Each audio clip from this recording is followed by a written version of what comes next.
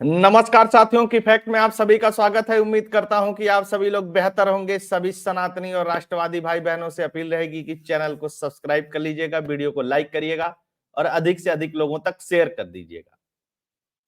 दिल्ली की हलचल जो है वो खत्म होने का नाम नहीं ले रही है।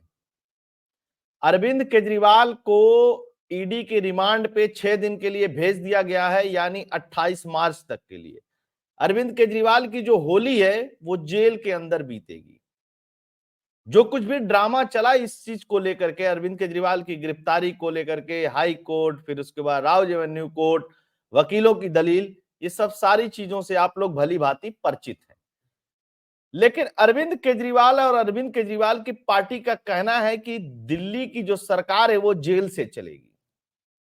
इन सब सारी चीजों को लेकर के मेरे पास बहुत सारे मैसेजेज आए और लोगों ने कहा कि इस पे वीडियो बनाइए, क्लियर करिए कि इस पे मामला क्या बन सकता है। तो हम लोग इस बात की पड़ताल करेंगे, इस बात को समझने की कोशिश करेंगे कि अरविंद केजरीवाल क्या जेल से सरकार चला सकते हैं। दूसरी महत्वपूर्ण बात कि इस पे कानून क्या कहता है।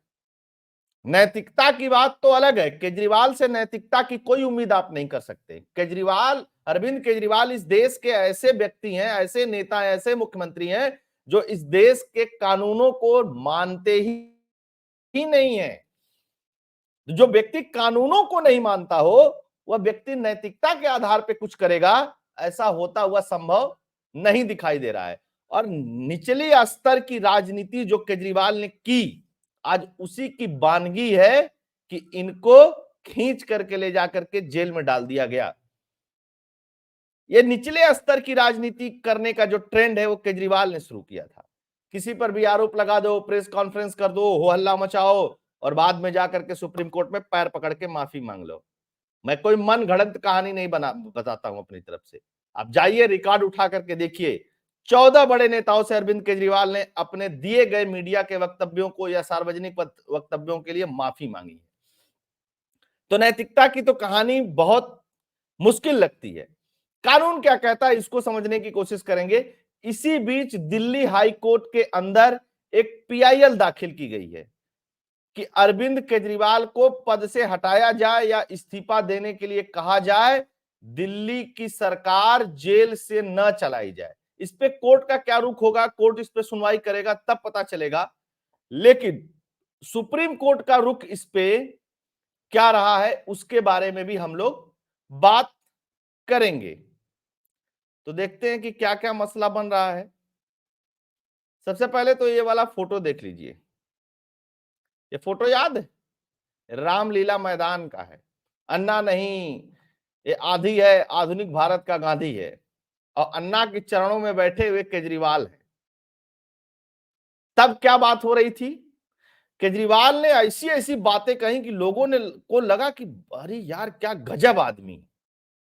ये कोई गजब वजब आदमी नहीं है, ये प्री प्लान्ड था। अरविंद केजरीवाल का आंदोलन भी, सरकार भी जो चला रहे हैं वो अभी अरविंद केजरीवाल का प्री प्लान्ड है।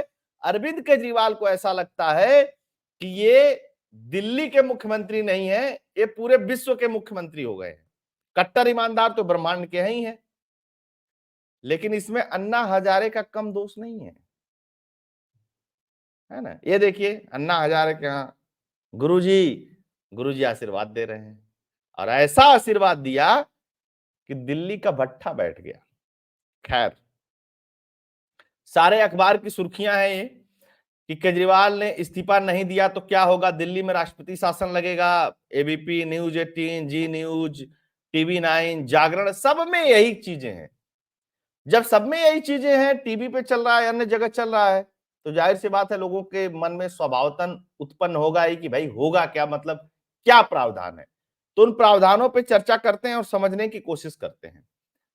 एलजी की भूमिका के संबंध में अगर बात की जाए तो केजरीवाल को सीएम बने रहने के लिए जेल से राहत की आवश्यकता होगी। अब राहत अगर जेल से सरकार चलाते हैं तो अरविंद केजरीवाल के लिए बड़ा आसान नहीं होगा जेल से सरकार चलाना। जेल मैनुअल के हिसाब से परमिशन लेनी पड़ेगी। हाँ, तिहाड़ जेल है वो दिल्ली सरकार के अंतर्गत आती है। तो इनके एक मंत्री थे, देख ही रहे थे वो कैसे एक रेपिस्ट से मसाज करवा रहे थे, उनका सीसीटीवी फुटेज बाहर लॉन्च हो गया था, जारी हो गया था, बड़ा हो हल्ला मचा था। सत्येंद्र जैन का। तो तिहाड़ जेल इनके अंदर है। तो तिहाड़ जेल के जेलर से अनुमति लेने में मुझको नहीं लगता है कि बहुत समस्या होगी, लेकिन अनुमति बार बार लेनी पड़ेगी। मीटिंग के लिए लेनी पड़ेगी, सिग्नेचर के लिए लेनी पड़ेगी, कोई कार्य होगा उसको मिलने के लिए लेनी पड़ेगी। तो क्या यह संभव होगा? मुझे लगता है कि यह संभव नहीं होगा, और आज तक ऐसा नहीं हुआ। लालू प्रसाद यादव ने भी ऐसा नहीं किया था। लालू प्रसाद यादव चारा घोटाला में जब जेल जा रहे थे तो उन्होंने इस्तीफा देकर के अपनी पत्नी को मुख्यमंत्री बना दिया था, राबड़ी देवी को। वो भी अनोखा केस था इस देश का। अभी हाल में ही हेमंत सोरेन की गिरफ्तारी हुई, तो हेमंत सोरेन ने की जब गिरफ्तारी के लिए ईडी ने कहा कि हम आपको गिरफ्तार करेंगे, तो हेमंत सोरेन ने कहा कि आप गिरफ्तार करिए, लेकिन मुझे समय दीजिए, मैं इस्तीफा दे सकूं। तो हेमंत सोरेन भी इस्तीफा दिए। अरविंद केजरीवाल की पार्टी में जब सत्येंद्र जैन गिरफ्तार हुए थे तो 8 महीने तक वो मंत्री पद पे बने रहे। तब सुप्रीम कोर्ट में मामला गया था। तब सुप्रीम कोर्ट ने कहा था कि आप मंत्री कैसे बने हुए हैं। कोई लिखित आदेश नहीं दिया, लेकिन सुप्रीम कोर्ट की जो टिप्पणी थी, उस टिप्पणी के बाद अरविंद केजरीवाल ने सत्येंद्र जैन को, और उसी दौरान मनीष सिसोदिया भी जेल चले गए, तो दोनों लोगों का इस्तीफा ले लिया था। तो जब अपने ही मंत्रियों का इस्तीफा अरविंद केजरीवाल ले चुके हैं जेल जाने के बाद, शराब घोटाले में ही, तो किस नैतिकता के आधार पर अरविंद केजरीवाल मुख्यमंत्री बने रहेंगे इसी शराब घोटाले में? यह भी एक बड़ा प्रश्न है। तो क्या फिर से सुप्रीम कोर्ट या हाई कोर्ट इस पर टोका टाकी करेगी, उसके बाद इस्तीफा देंगे, या इस्तीफा नहीं देंगे तो क्या प्रावधान है, उसी पे हम लोग चर्चा कर रहे हैं। अब क्या है कि सीएम बने रहने के लिए जेल से राहत की आवश्यकता होगी, या एलजी दिल्ली के शासन को अनुच्छेद 239 ए दिल्ली के लिए स्पेशल प्रोविजन है के तहत सरकार को निलंबित करने के लिए राष्ट्रपति को इस मसले में शामिल कर सकते हैं या राष्ट्रपति को लिख सकते हैं। उपराज्यपाल अनुच्छेद 239 ए के तहत राष्ट्रपति शासन के लिए संवैधानिक, अब यहां 2 नियम लगता है। ये दिल्ली के लिए है, पूरे देश के लिए नहीं है। पूरे देश के लिए जो 356 की बात है वो अलग प्रोविजन है। केंद्र शासित प्रदेश के लिए अलग प्रोविजन है, उसमें से दिल्ली के लिए भी एक स्पेशल प्रोविजन है। तो उपराज्यपाल क्या कर सकते हैं? पहले तो निलंबित करके इसमें राष्ट्रपति से अनुमति ले सकते हैं। दूसरा कर सकते हैं कि 239 ए बी, वो ए था, ए बी है, कि तहत राष्ट्रपति शासन के लिए संवैधानिक मशीनरी की विफलता को उचित ठहरा सकते हैं, जिससे संभावित रूप से केजरीवाल को इस्तीफा देना पड़ सकता है और दिल्ली पर केंद्र सरकार के नियंत्रण का निर्देश दिया जा सकता है। दोनों चीजें। भाई इस्तीफा तो हो जाएगा, स्वाभाविक इस्तीफा हो जाएगा जब राष्ट्रपति शासन लग जाएगा। तो कह सकते हैं किसके अधीन? राज्यपाल को, उपराज्यपाल को लिखना पड़ेगा राष्ट्रपति को कि यहां पे संवैधानिक मशीनरी जो है वो फेल हो चुकी है। और इसमें कहने में कोई गुरेज नहीं है कि दिल्ली में तो फेल ही है। अच्छा, जेल से सरकार चलाएंगे तो क्या क्या होगा? नैतिकता का विकल्प की तो बात ही छोड़ दीजिए। इसके अतिरिक्त एक मुख्यमंत्री कुछ अनुमतियों के साथ जेल से शासन कर सकते हैं, जैसे कैबिनेट बैठक का आयोजित करना, जेल मैनुअल के अनुसार अदालत की मंजूरी के साथ फाइलों पे साइन करना। अब यहाँ पे कोर्ट की भी मंजूरी होगी प्लस जेल की भी मंजूरी होगी, तब ही हो सकता है। ऐसा नहीं खाला का घर है कि आप जेल में बैठे हैं, जब मन करे आ जाओ भाई, मीटिंग होगी, नहीं, ऐसा नहीं हो सकता। हालांकि जेल में रहते हुए सरकार चलाना आसान नहीं होगा। व्यवहारिक तौर पर देखें तो इसमें कई मुश्किलें होंगी। वीडियो कॉन्फ्रेंसिंग के जरिए कैबिनेट की मीटिंग ले सकते हैं, लेकिन उसके लिए भी अहम भूमिका जेल प्रशासन की होगी, क्योंकि वीडियो कॉन्फ्रेंसिंग के लिए जेल प्रशासन ही सुविधा मुहैया करा सकता है।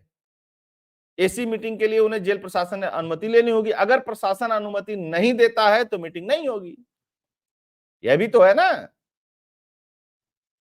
अच्छा, कानून के मुताबिक अगर कोई सरकारी अधिकारी जेल जाता है तो उसे निलंबित कर दिया जाता है, लेकिन नेताओं के उसमें संबंध में, चाहे वो मंत्री हो चाहे कोई और हो, उनके संबंध में ऐसा कोई भी कानून इस देश में स्पष्ट नहीं है।